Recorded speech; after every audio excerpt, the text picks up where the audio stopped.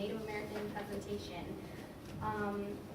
First off, before we do anything else, we are going to have another little story time, but this time it's going to be a little bit different.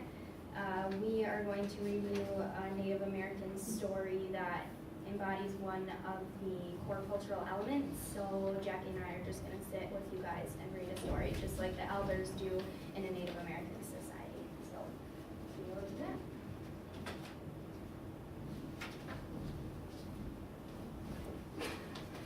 Okay. This story is a little bit long, so I'm just going to give you the backstory and then start near the end. The main core cultural element of this story is generosity, and long ago, this Native American tribe, they were going through a really tough winter, and they didn't have any food to eat because the snow was taking out all of the animals, so every time they would go out to hunt, they would starve and die. So elders of the community, they decided that 2 of their best hunters would go into the wilderness and they would bring back a deer that would feed the rest of the tribe. And those 2 hunters, their names are Left Hand and Seize the Bear. And so these 2 men, they went out and they were starving, they were freezing, they had no strength left, and then they ended up catching a deer after it fell into a snowbank, and they ended up shooting it and killing it, and they ate a little bit of it and gained their strength back. And then so they started their journey back home, but as they were going home, a coyote and a couple other animals and a couple other humans came and asked them to eat some of the deer because they hadn't had any food all winter either. And Left Hand kept saying, no, we cannot share any of our food. We have a lot of people in our village that need to eat. But Seize the Bear would take small pieces off and he would give it to the people that asked, and he would share with them. And then all these animals, once he gave them food, the animals would say, why thank you, we are going to give you this gift that we have for sharing your food with us. So eventually there was almost nothing of the deer left since he gave so much away, and Left Hand was very upset, so he went ahead of Seize the Bear to go warn the tribal members about the fact that the deer was almost gone. And so I'm going to start this story as Seize the Bear is getting back to his tribe, and with like half the deer. Okay. That afternoon, he reached his people's lodge. He hid what was left of the deer in an old hollow tree and entered the camp. The old men, the leaders, were waiting for him. Left Hand has told us what has happened, he was told. Now it is for you to speak your side of the story. Seize the Bear did not hold back the truth and told everything as it happened. We have brought back meat, he said, and I think it will make us strong enough to travel south. The hawk told me that the hunting in the lake country is very good. Some food is better than nothing, one of the old men said. And if your friend the hawk tells the truth, we can build our new homes in the lake country. Seize the Bear felt very sad to see the disappointed faces on his people. There would be enough food to go around, but there would have been more if he had not given so much away. With his head hanging down, he led the men to where the meat was hidden. In that hollow tree, he said, it is there.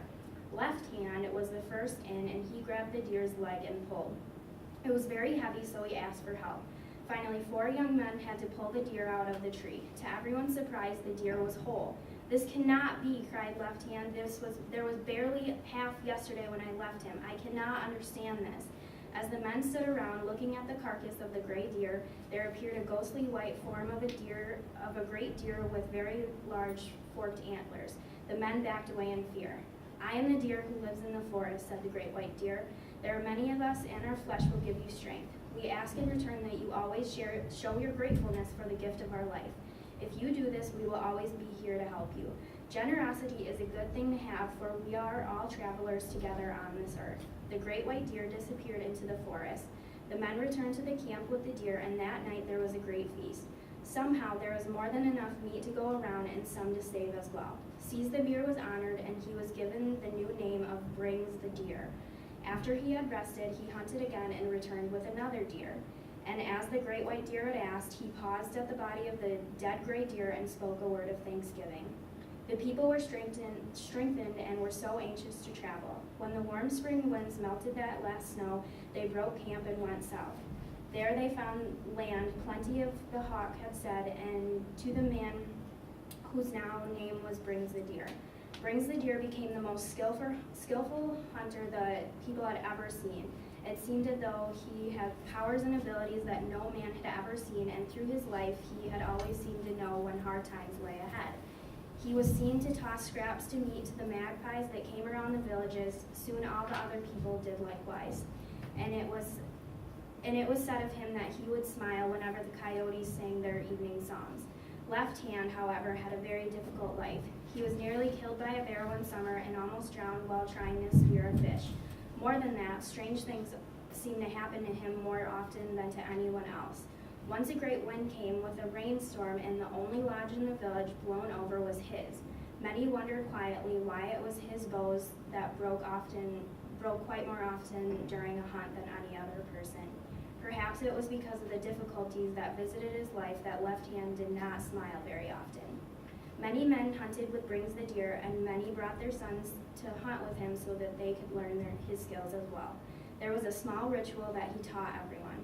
Each time a deer was killed in the hunt, he would pause for a quiet moment, and then he would lay down a bundle of sage as an offering. To this day, there are still Lakota hunters who pause to speak a word of thanksgiving for the gift of life of a deer. So that is just a quick little story. This book that I read for my paper, it talks about the 12 core values of the Native Americans, specifically from the Lakota tribe, and each has a different story that represents a core value. So this is just a reason, and this guy who wrote it, he is a part of the Lakota tribe, and he says that it is still true that whenever a deer dies, the Native Americans truly do honor it and bless this deer for giving them life. So we just wanted to share a quick story with you guys.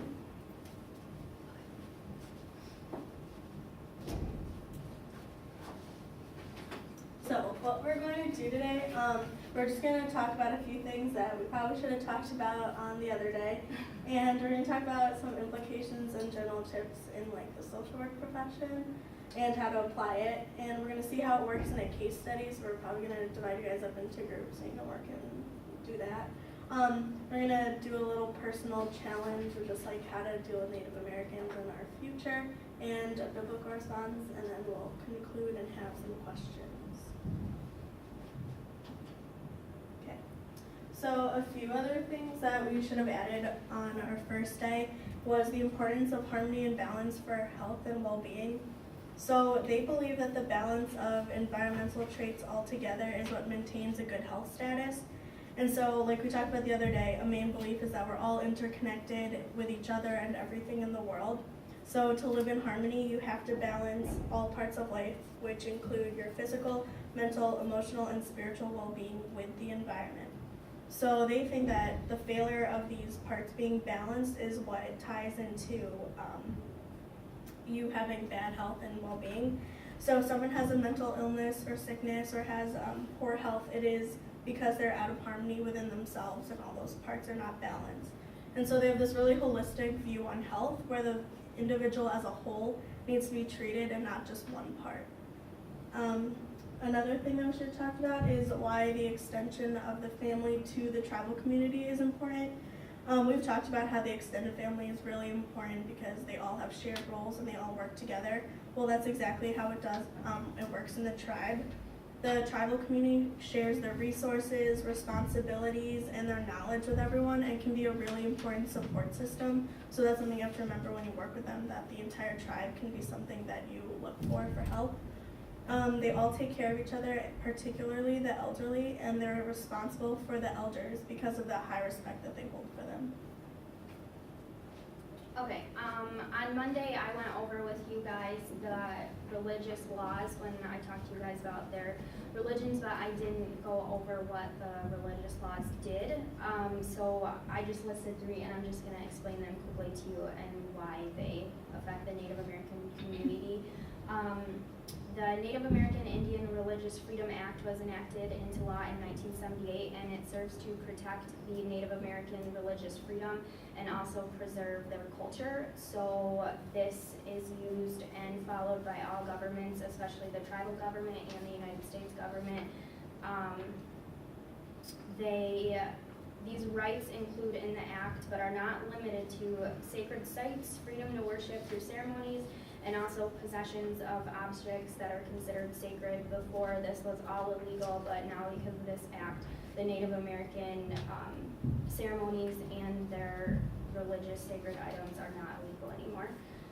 The Religious Freedom Restoration Act was enacted in 1993, and it prevents the laws against people who cannot exercise free religion, and this was specifically enacted for Native American religion as well.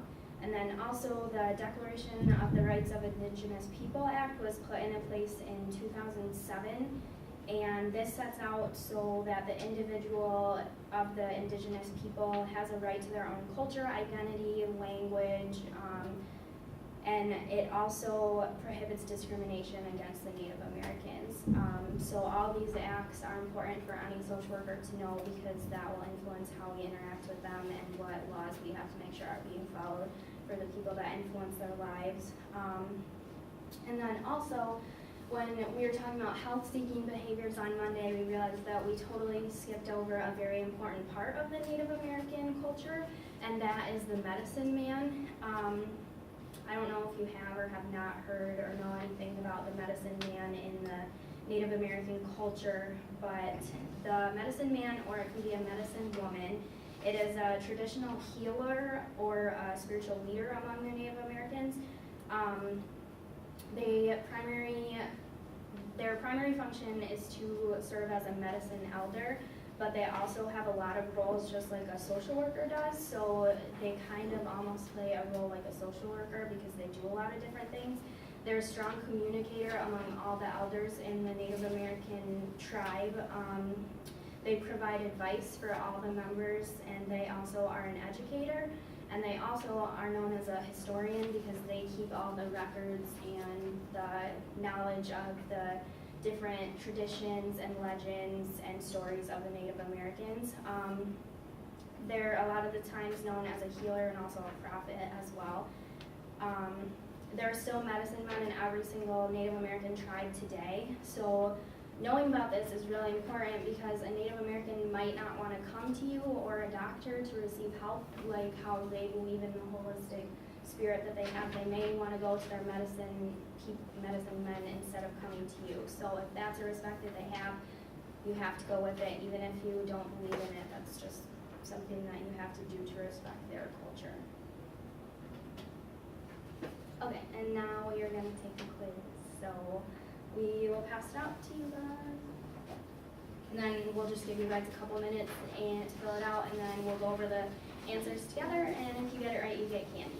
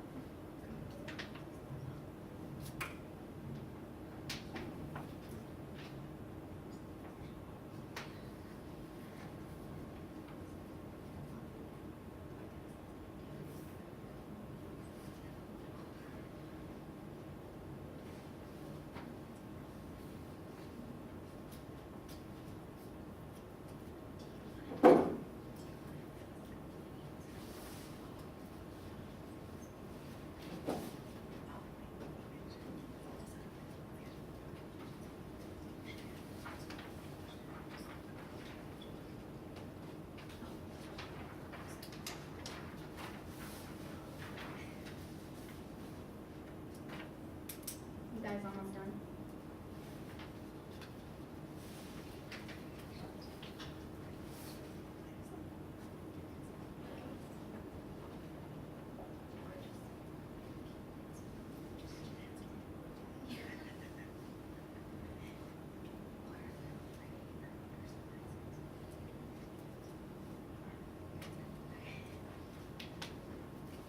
Okay, are you guys ready?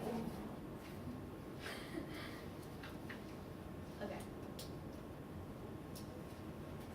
Okay, so can anyone name 3 reasons why Native Americans are considered a minority group? Or give us part of that question at least. You have to use the top answer.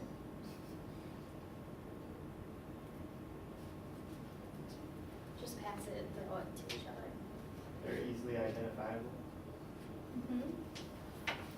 They are powerless. Intermarriage. Yep. Awesome. Can anyone name 4 Native American values? Generosity. Yep. You want me to keep going? It's Sure. up to you. Yep.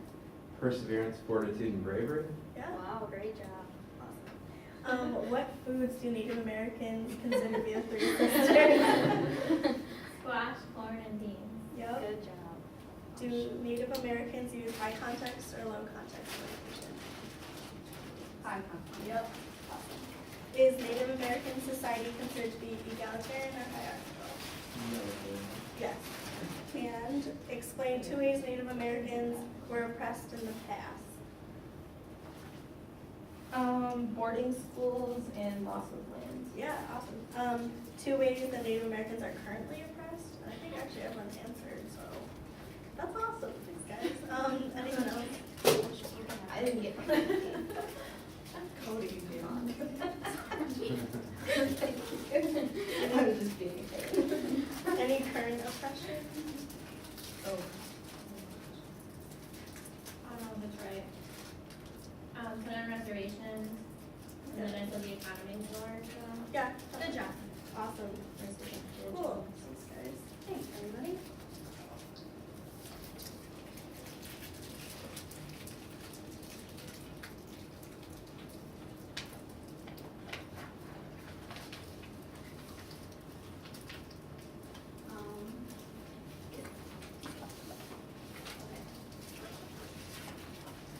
Well, one of our slides is not showing up, but we are going to talk to you guys about the issues faced that lead to the social work interaction.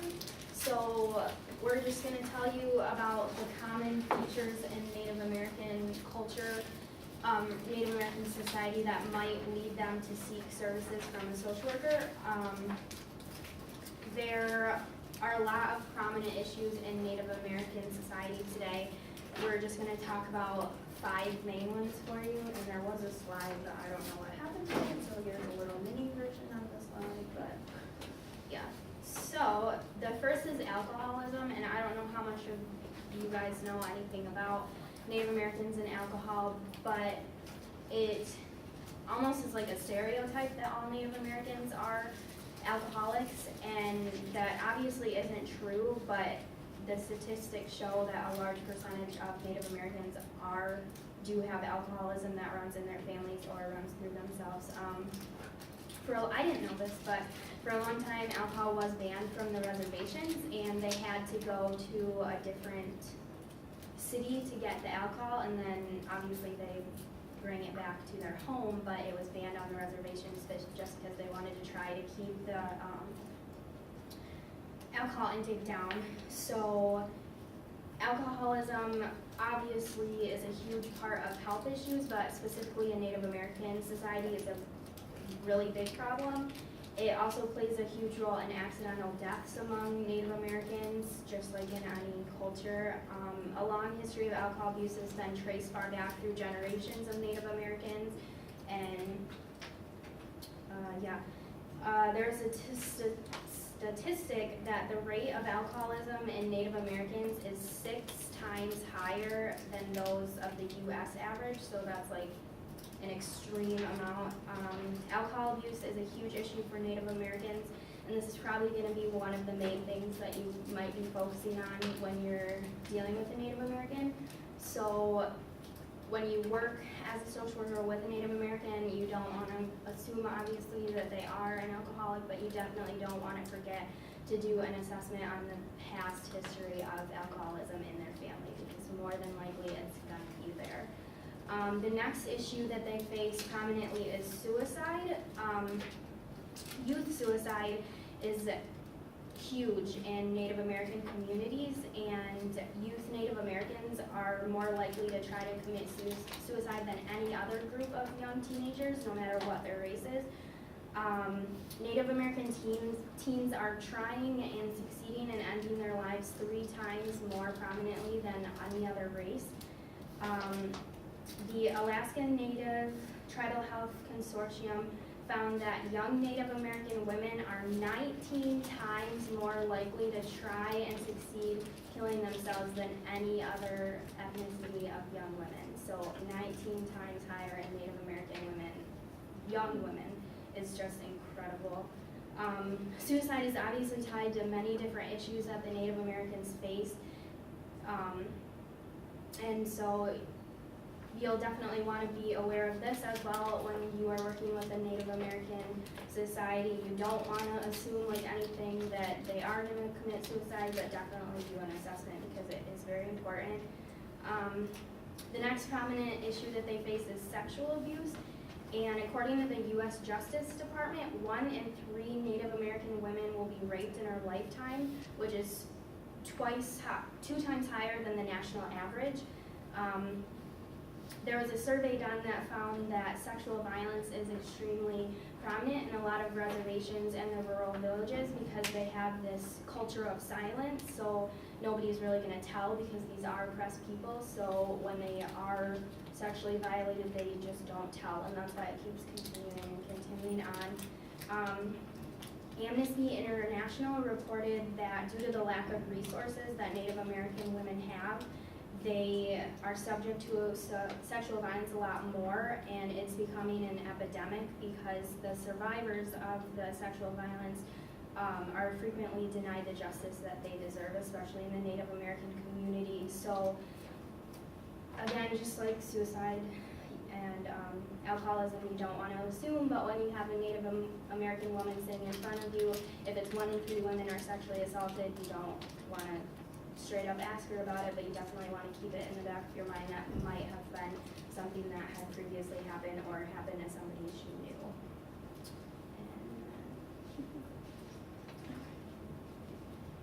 So the next we're talking about is like injuries that are at most times unintentional. So by the age of 44, Native Americans die from injury over any other cause, according to the CDC. And like we said on Monday, Native Americans are twice as likely to die in a car accident compared to whites. And they're also 3 times more likely to die as pedestrians, and 2 times likely to die by fire, and 3 times likely to drown. Violent crime on reservations has also skyrocketed in the past few years. There are way too few tribal officers within the reservations, and the really unfunded tribal courts, which has created a sense of lawlessness on the reservations. Brutal murder is a part of like normal life in some tribes according to the CDC, and it is possible a Native American will come to you after being involved in an injury, or a family member will come to you for help for depression and grief after a loved one has been lost. So that's probably a big issue that you'll have to work with as a social worker. The last are health issues, specifically diabetes. Native Americans have the highest rate of diabetes among any other group according to the American Diabetes Association. And this is partly because of poverty and their limited access to actual healthy food. There have been some specially funded programs from the government, such as the Special Diabetes Program for Indians, which has made a large impact on improving the health of diabetes within the Native American culture, even though the numbers do continue to climb, and even in children. And so Native Americans dealing with diabetes and other health issues may come to the aid of a social worker, probably like a lot of medical social workers, seeking gaining help in order to get insulin or other prescription needs, along with the need for resources that will help them have better access to better food for their family.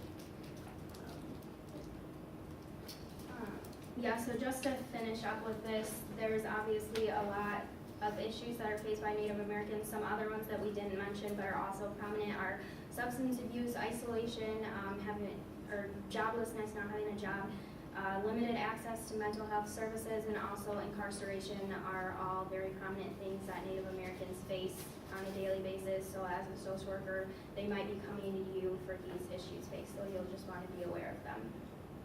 Okay, so what we're going to be talking about next is like the implication and general tips within the human service professionals.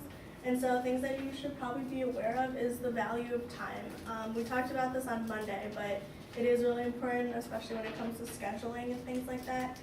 They value time and perceive it really differently from the dominant culture, and so they're not focused on tight scheduling like we talked about, and they much prefer taking time and focusing on the problem and what needs to be done and have it come to this like cyclical end, like it's supposed to actually finish before you can move on. And because they value patience, they're in no rush to get it done. So like you're gonna need to realize that like progress is not gonna be as fast as you probably would like it to be, because they want to like make sure everything is like going as it's supposed to be. And so it kind of goes along with the belief in fatalism, like what will be, and things are going to unfold in time. So we can't get frustrated as human service professionals if progress isn't going at the schedule that we would like. Specific communication patterns, silence, like we've talked about, like we really need to be okay with the silence within the meeting. They're probably not going to want to talk as much, and it's probably going to be really uncomfortable, but that's something that you need to be okay with, because they don't want to talk for no reason. They're going to deliberately speak. And so like listening is going to be really important. They're going to value listening to you as much as you need to value listening to them. When they're talking, be sure to be fully present and actively listening, and don't be quick to jump in and say your point. Like they're not going to be quick to respond to you, and so you shouldn't be quick to respond to them. There needs to be some mutuality in that way. Like let them finish, probably even take a pause before you start to speak right away. So they have a strong belief in sharing and acceptance. In sharing, they're going to need to get to know you first. So you're going to want to establish a really good relationship before they can fully share with you details of their life. But they are a really strong believer in accepting people for like all their differences and like whatever's going on in their life. In nonverbal communication, we've talked about the eye contact thing. They're not going to want to withhold eye contact with you. They're just not comfortable with it. They think of it as disrespect, especially since you are in a different authority position. And so a lot of their things and their behavior are going to be different, so we just need to be mindful of that. Okay, so this is implications through social work. So we're going to go through like the plan change process and what that means with Native Americans. So with the engagement, trust, and building relationships part, this is probably going to be your most important part. Like we said, like you're not going to get anywhere if you don't have a relationship with them, because they're not going to want to share with you what's going on. So you probably won't even get to the problem if you don't build that relationship. So like we talked about, just be respectful of their nonverbal behavior and respect their silence. And their client might include their family, but that's going to include like their extended family and possibly even their tribe. To them, their identity is like rooted in their tribe and their family, instead of saying like me as an individual is my identity, it's my whole community. And so when you're helping them, that's going to mean everyone else as well. So not to forget them. Be patient, and listening is really valuable. This whole time thing, be flexible. It's going to be insulting to them if you cut a meeting short or like, I don't know, want to rush to get things done within your allotted time slots. That's an insult because of their belief in like really flexible time. Educate yourself in their culture. Ask questions and like fully understand what it's like to be Native American to them. There's a lot of diversity. There's like many different tribes, and so the different tribes all have different beliefs as well. So you're going to want to get to know that, because obviously like you can't generalize. And this is going to be really important, because if you don't know like what tribe they are, like you're not going to see the perception that they might have of the problem that you're trying to fix. So when it comes to assessment and problem definition, the questions you might ask might not be answered right away if you don't establish that relationship, like you said. Avoid being aggressive with questions. Listen to them and really just talk to them and be comfortable with them before just shouting out questions one after the other. Understand their identity as a Native American. Like I just said, their identity in that tribe is going to be how they view the problem, and so you're going to want to understand the context behind it. The strengths perspective is something you hear all the time, but you're going to want to see what the strengths they hold as a culture and how they hold them as an individual and how all of that ties into it. And just understand the problem, it's kind of cut off. Understand the problem from their perspective.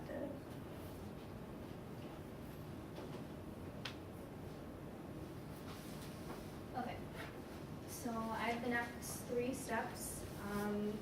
Contracting and goal setting with Native Americans, it's not very much different from working with other clients, but you still have to keep in mind being culturally competent.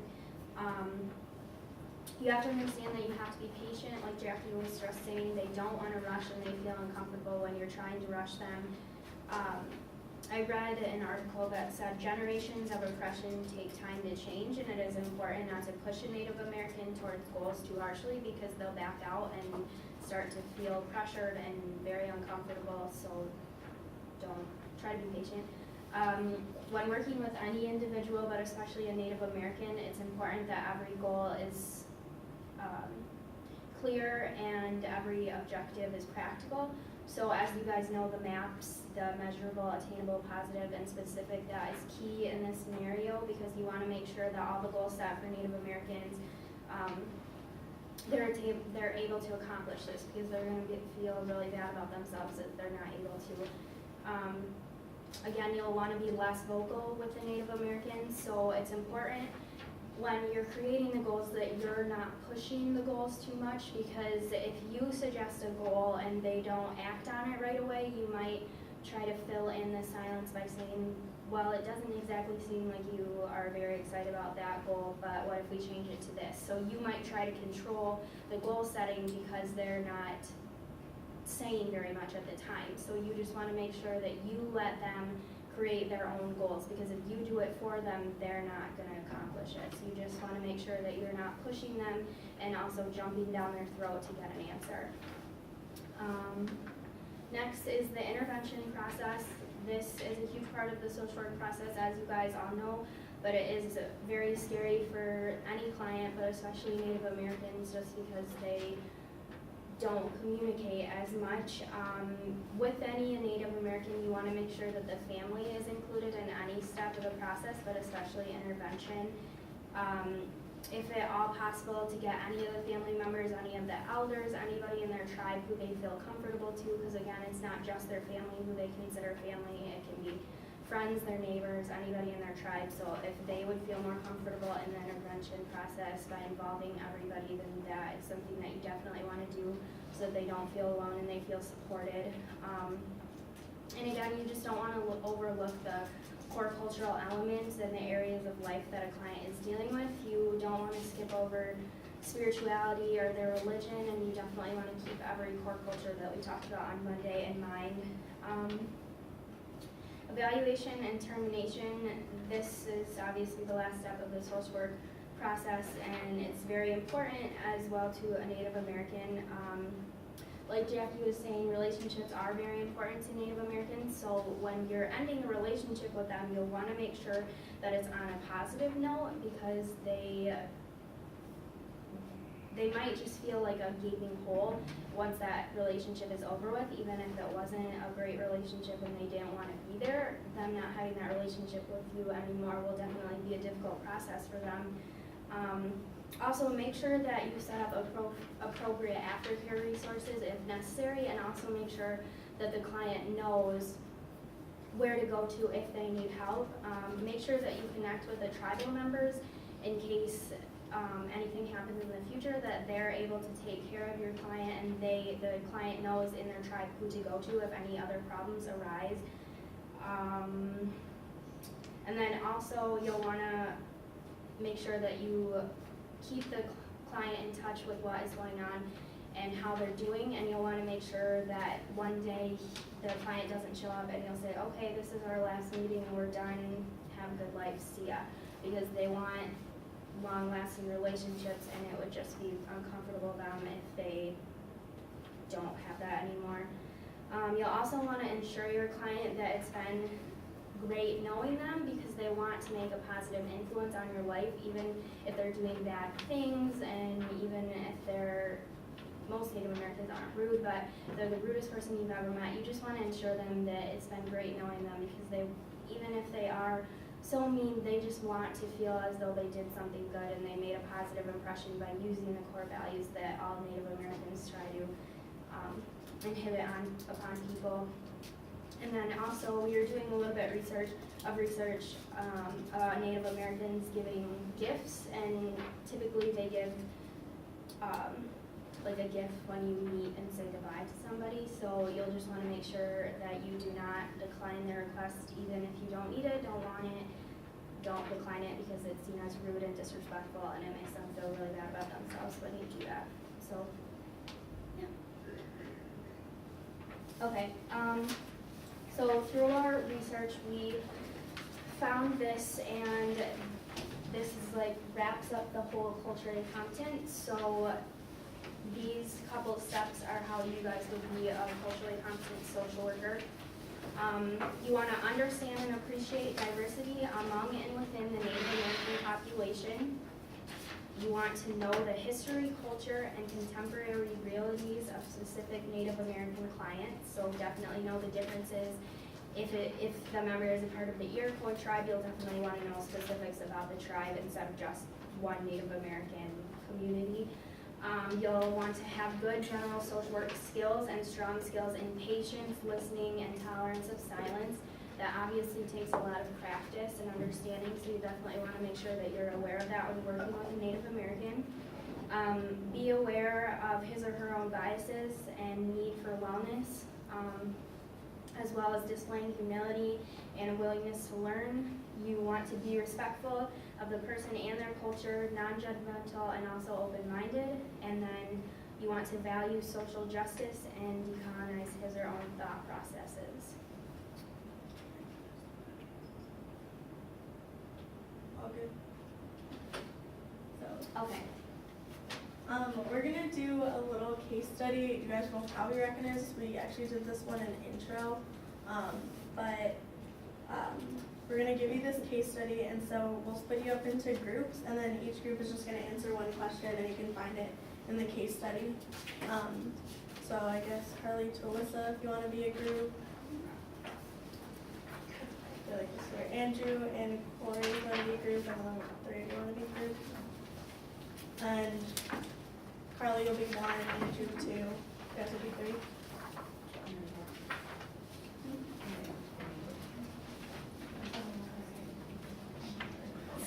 And it is kind of long, so try to just read it all, but yeah.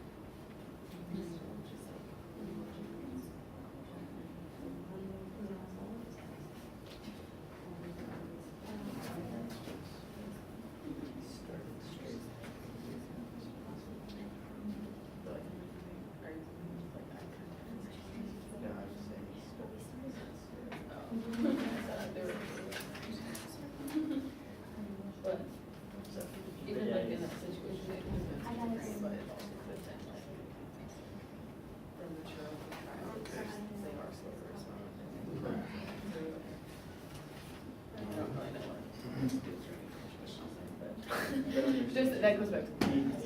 Why are you in this situation, like try to do everything first? Yeah, you're right, too. Oh, ran into this. Oh. kind of just- Never mind, I don't care what we answer, don't tell me the answer. That's That's the social work interaction model. There it does go this. How did she use these things? I don't know what steps for social work interaction are. So I'll let you say all the answers.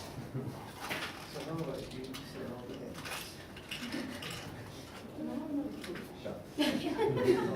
And Yeah, that's pretty Here, you cool. can have more candy. In Native American culture, you No. know, sharing. Oh, yeah. And then also get an abundance of them back. Of course.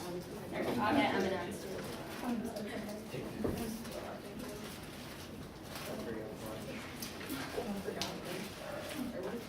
Okay. What are the steps of the social work interaction model? Do you guys still need a couple minutes to go over, or can you do it over class? We'll give you. Sorry. you can just help us along a little bit. We'll be good. What do you mean by interaction model? Like the plan change process, like engagement and assessment Okay. and stuff like that, yeah. Sorry.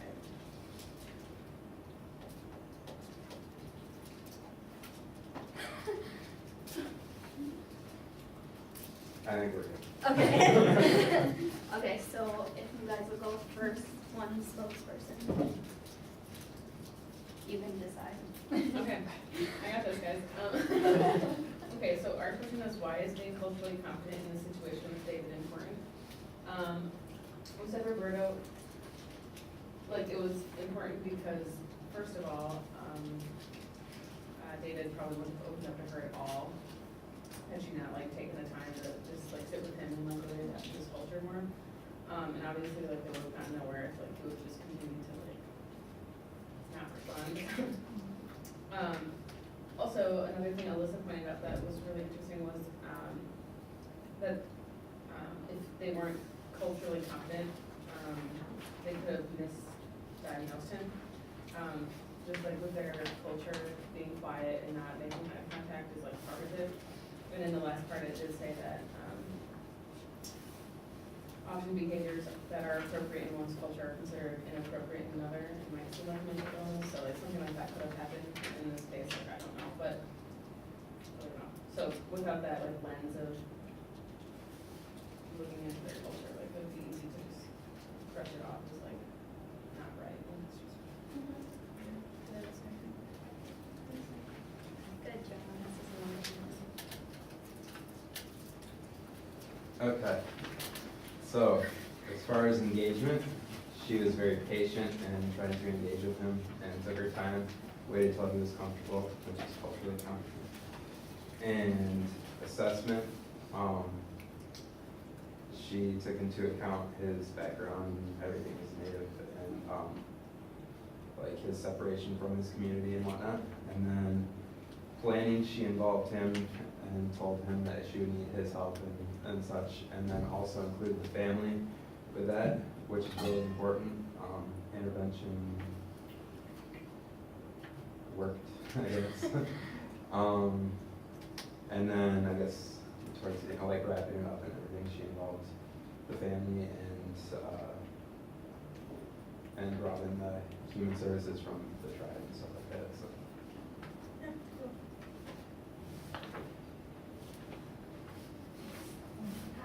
What did Roberta do to respect Native American culture and Native values? We said how she just took them outside to talk and how she was patient during the silence. And then she also got help outside of the hospital they were in to learn more about his culture and just found more resources that was making and stuff. Yeah, perfect. Awesome. Thanks for participation, guys. Thank you.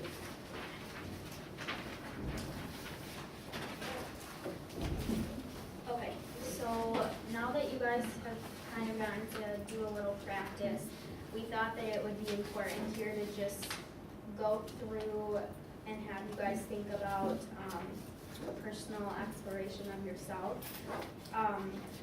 when you become a social worker is important when you get a new client who is of a different ethnic group, that you want to think about certain things before you have them sitting in front of you. Specifically, these might be the judgments and the prejudice that you aren't aware of, but you don't want these to come up as your client is sitting in front of you,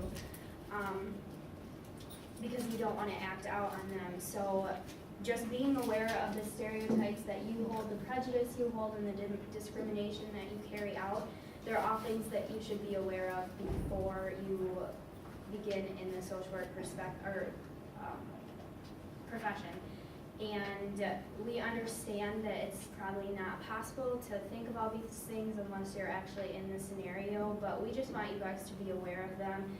For an example, like the medicine man, how we talked about the Native American people might want to go to a medicine man in their tribe instead of going to you or a doctor to receive mental health, to get like a prescription or something, and they believe that the medicine men can help them homeopathically or pray for them or do something like that. And this is going to sound bad, but you as a social worker think that is total bull and you don't believe any of it, and you're just like, this guy's crazy. But you don't want that to come out, and you don't want to disrespect their culture by thinking that he's never going to get help from a medicine man. And if that's what he wants to do and that's going to work for him, then you need to encourage him to do that. So if you have a Native American client coming in, you'll just want to make sure that you think about these things before you have him sitting right in front of you, and you'll want to make sure that you're aware of the biases that you have so that you don't act out on them and you don't make him feel you don't disrespect him or his culture.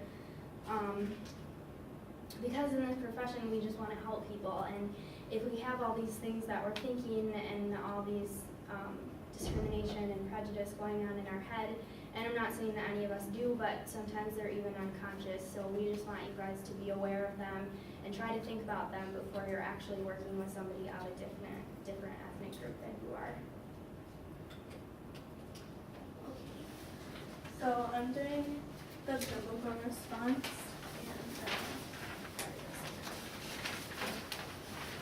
so I'm reading from Acts 17:26-28, and a little bit of context. So Paul is doing the sermon on Mars Hill, and he's talking to them, and this is when he's like, oh, I see that you guys are all very religious people. Like, I see that you have this this statue that says to an unknown God, if you guys are familiar with that passage.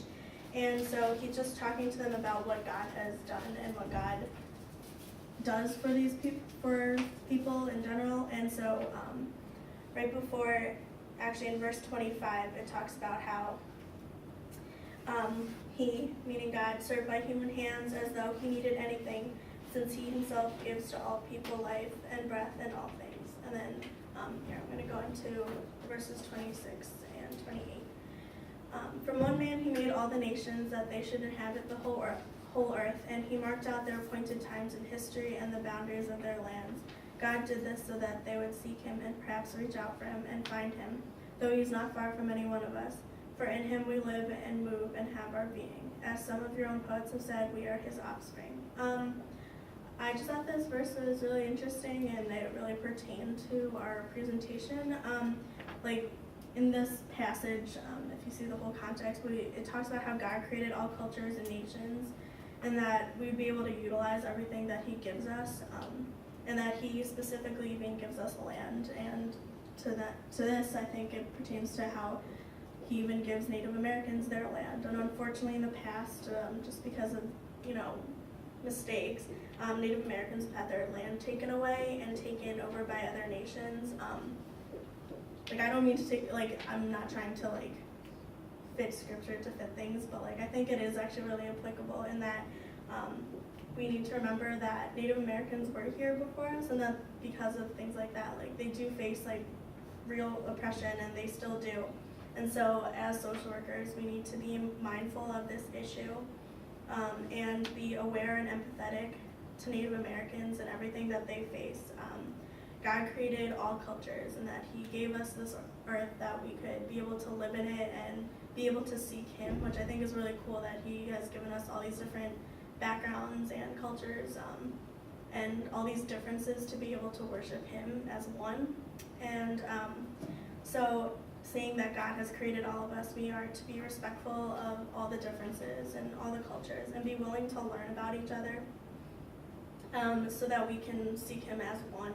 And like the verse says, he is not far from any one of us, regardless of our different backgrounds and cultures. So I thought that was really applicable to our presentation.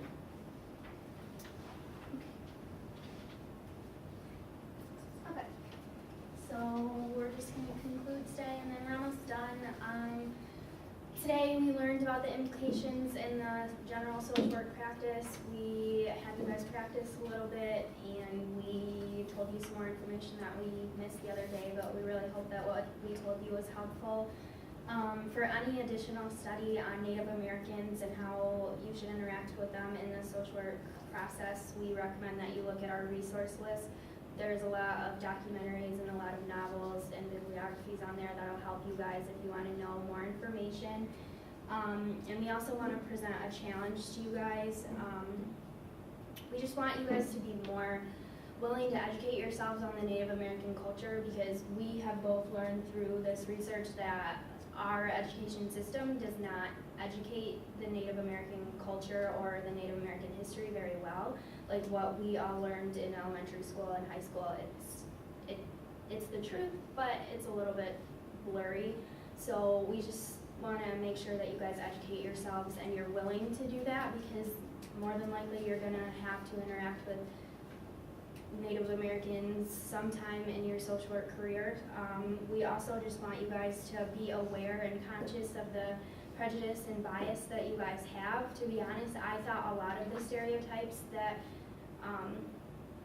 or I had a lot of stereotypes in my head about Native Americans before I started researching this, and then once I looked them up, I was like, wow, why do I think that about Native Americans? So just be conscious of the things that you think about them. Along with every other minority group, we just want to make sure that you guys are being aware of what you're thinking, since you're going to be interacting with these people. So we hope that our presentation taught you a lot. Are there any questions? Yes? Did you guys talk about why there are more car accidents? Is that just We- because of alcoholism? That's what it said. In our research, it just said that alcohol is what causes most of the car accidents, but other than that, we couldn't find anything specific that said, because it didn't make sense to me either, like Native Americans shouldn't be in twice the car accidents as whites, but it said just because they drink so much more often, that's why, and they're involved in a lot more auto accidents because of drunk driving. Anything else? Yes? What did you learn from this? What was the main thing you got out of it? Well, Okay. I think you can go too. I think mine was definitely the boarding school. I had absolutely no idea about any of that, and I don't know why. I don't know if any of you guys knew about that. Oh, okay. Well, yeah, I didn't know anything about it, so I was surprised to learn about that. And the American Holocaust, I was just surprised that I didn't know all the history of this, and I just didn't know the Native American, how they speak. I didn't know anything about that silence is appreciated and don't talk over them, so that was definitely something that I'll have to be aware of that I didn't know of before. I would actually probably agree with the whole communication pattern thing. I had the part of the core cultural elements that are in every culture, like human nature and things like that, and I didn't really realize the little things that really actually play into their culture. Like the whole listening thing is not just oh, they listen. Well, it comes from, oral tradition is really important, storytelling. So they learn to develop listening and things like that. And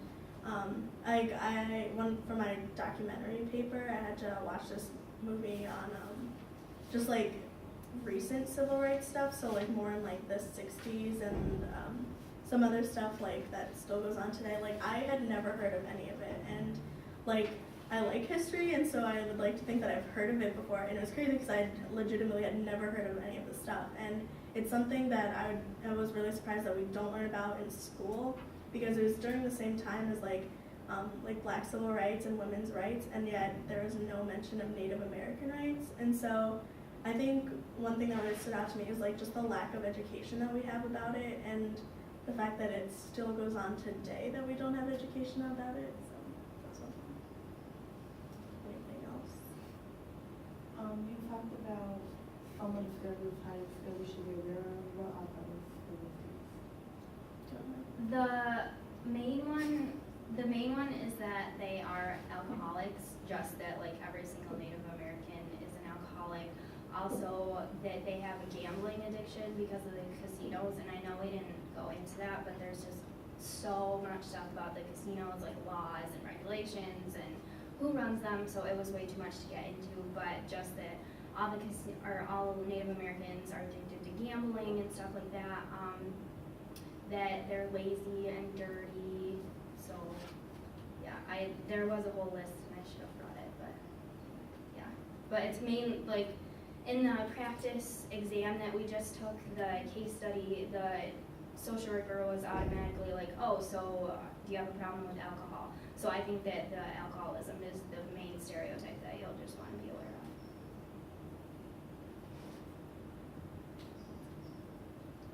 Any more? Okay, we're done.